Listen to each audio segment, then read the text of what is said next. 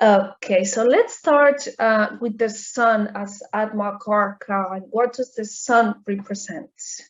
Okay, so I'm going to read the description of the sun according to Brihadarashara in the nature and form of the grahas. Okay, so honey yellow-eyed is the sun, square and radiantly pure, all twice born, of Pitta nature, intelligent, masculine, with but little hair, all twice born. Okay, so what's the sun represent? The sun is steadfast, the sun is consistent, reliable, it commands naturally without being too pushy, and is protective of those who are weaker. The sun is meant to be the king, so it's going to be very protective in a very intelligent way as well. It's going to be, it's going to have that rational and common sense sort of intelligence. It's of Pitta nature, which means it's active, it's dynamic, it's enthusiastic.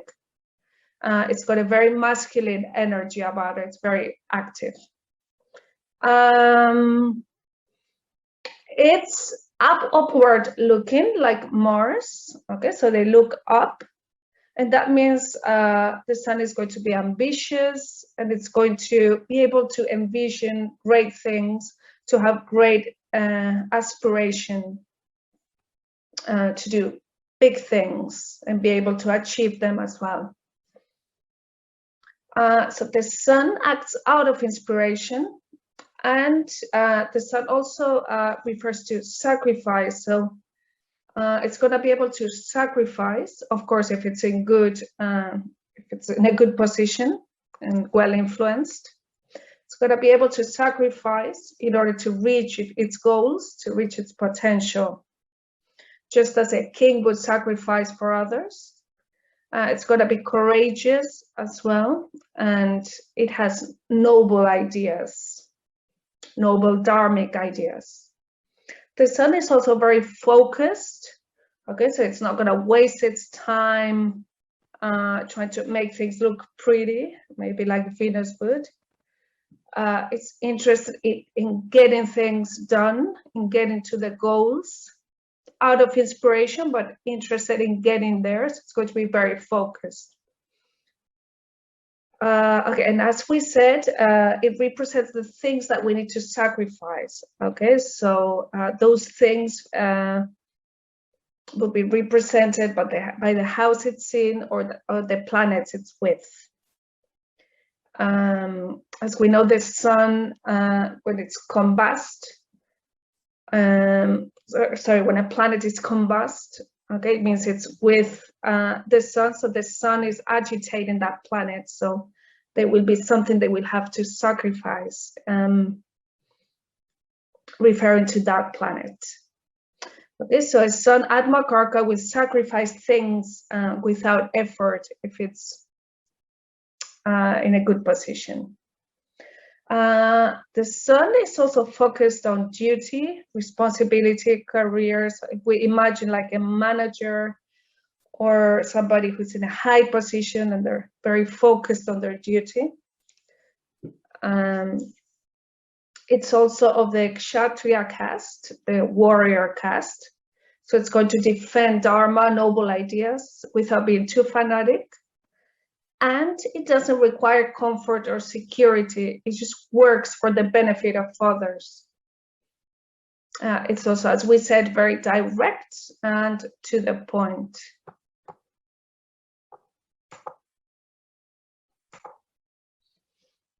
Now, Sun Atmakaraka people usually like to give advice to fix problems, just like Mars. Well, Mars would just want to fix the problem straight away.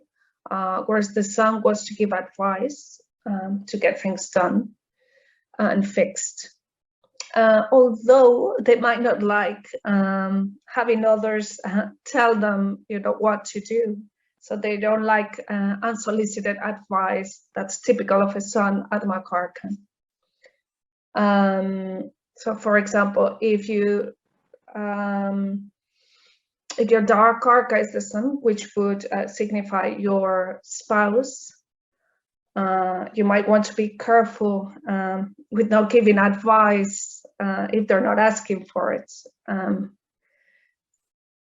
Now, Sun Atmakaraka people are often people that we look up to because they've got this. They're people who can inspire others to tap into their inner strength. So, for example, many coaches have Sun Atmakaraka as they inspire others to make the right sacrifices. So a lot of people tend to look up to them. The sun is a dry planet. As we said before, it looks up. And it's also a Sattvic planet. So it's going to be looking at fulfilling higher goals, noble goals, doing things for others, for the kingdom, okay, when it's well placed, of course. Now, what happens when the sun is weak? So when the sun is weak, we could have somebody who is a little bit bossy, who wants too much respect, who's a little bit pushy. We've got maybe the manager who wants everybody to do things the way they want things done, maybe without respecting the other's opinions too much. They might abuse power a little bit. And a weak sun could also lack ambition and inspiration, or, as we said, have bad leadership skills and be too pushy and too bossy.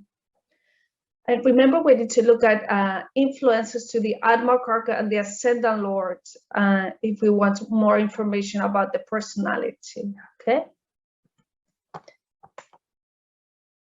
Now, let's look at the physical appearance of the sun, okay? And the Ascendant is very important for physical appearance as well, the Ascendant as well as the Ascendant Lord. Okay, so this, what we're going to say, is also going to apply to the sun on the ascendant, the Atmakaraka with the sun, or a Rashi aspect from the sun. So it's not just if you've got the sun as Atmakaraka. Sun Atmakarakas, yeah, or sun on the ascendant, Atmakaraka with the sun, or Rashi aspect from the sun, will tend to have a square shape of body, square jawline.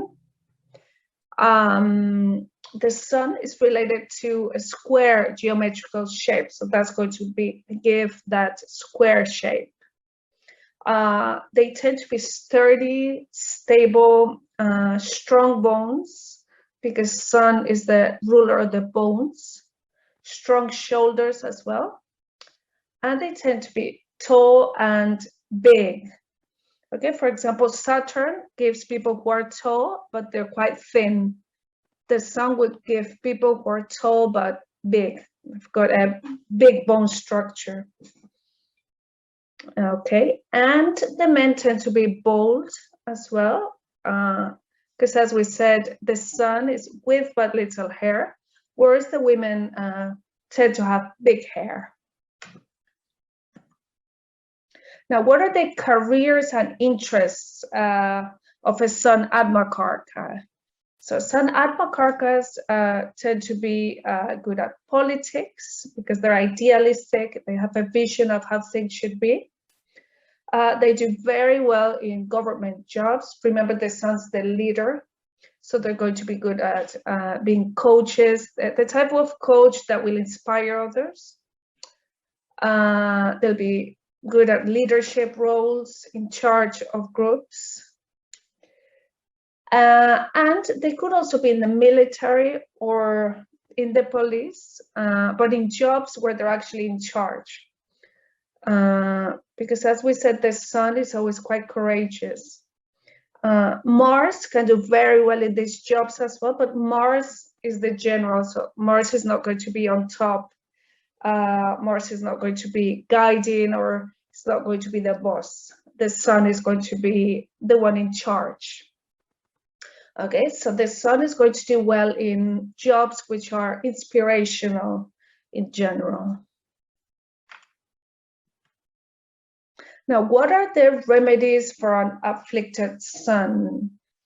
Okay, so when the sun is debilitated in Libra, or it's getting difficult aspects from an enemy, okay, the enemies are Venus or Saturn, or if it's in the sign of those enemies, for example, in Taurus, debilitated in Libra, as we said, in the signs of Saturn, so Capricorn or Aquarius. Okay, a good remedy would be to write goals to inspire yourself. And this could be done on Sundays at midday, on the day of the sun. Okay, so we need remedies in order to feel that inspiration. We could also serve a father figure person on Sundays. I mean, by serving, I mean maybe just spending time with them or doing something that makes them feel good. Doing volunteer work or helping a charity to develop some qualities. Also doing activities to develop positive masculinity. Another remedy would be try to show respect to people in authority, represented by the sun. Doing it as a conscious task, of course, that could be difficult. Or helping someone in authority towards achieving a goal or vision that they have. That would also strengthen someone's sun. Also reciting mantras for the sun or for Shiva if you've got a good Jupiter. So we could chant Om Namah Shivaya, Om Namah Shivaya, sorry, or Om Sum Suryaya Namaha for the sun. So Om Namah Shivaya and Om Sum Suryaya Namaha. And gold would be the jewel of the sun. So one could wear gold jewelry because gold represents purity. Or they could wear golden or yellow clothes as well, especially on Sundays.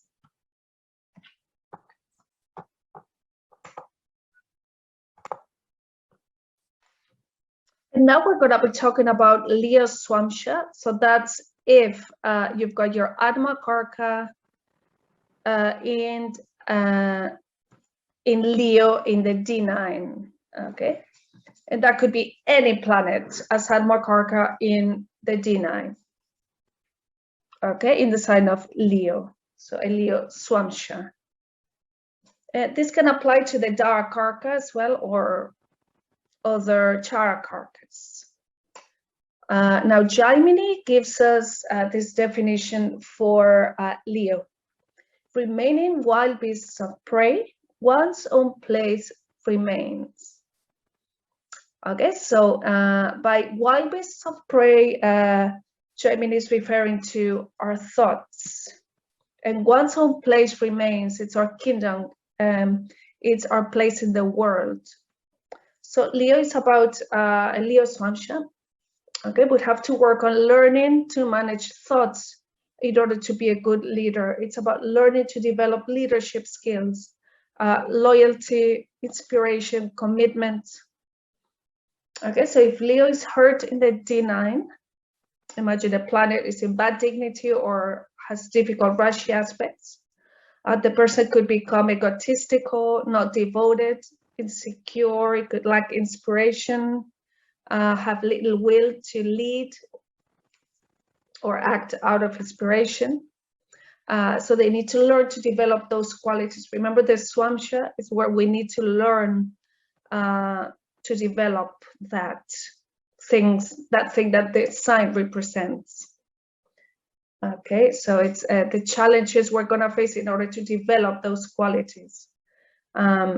So for Leo Swamsha, it's learning to develop leadership, loyalty, commitment, being devoted, being secure, being strong in oneself, having boundaries, being the king, defending your territory, and also focusing on what is important. Okay, remember the sun is direct.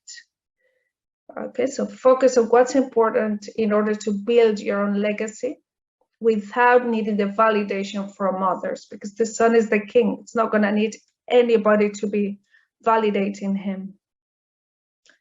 As we saw in the description of the sun has little hair. So that can also mean that it's not interested in trivial things. So it's important to learn to develop the capacity to be intelligent about what is needed to achieve goals and to act in an intelligent way as well. Okay, so that's what a Leo Swamsha is going to mean in a chart.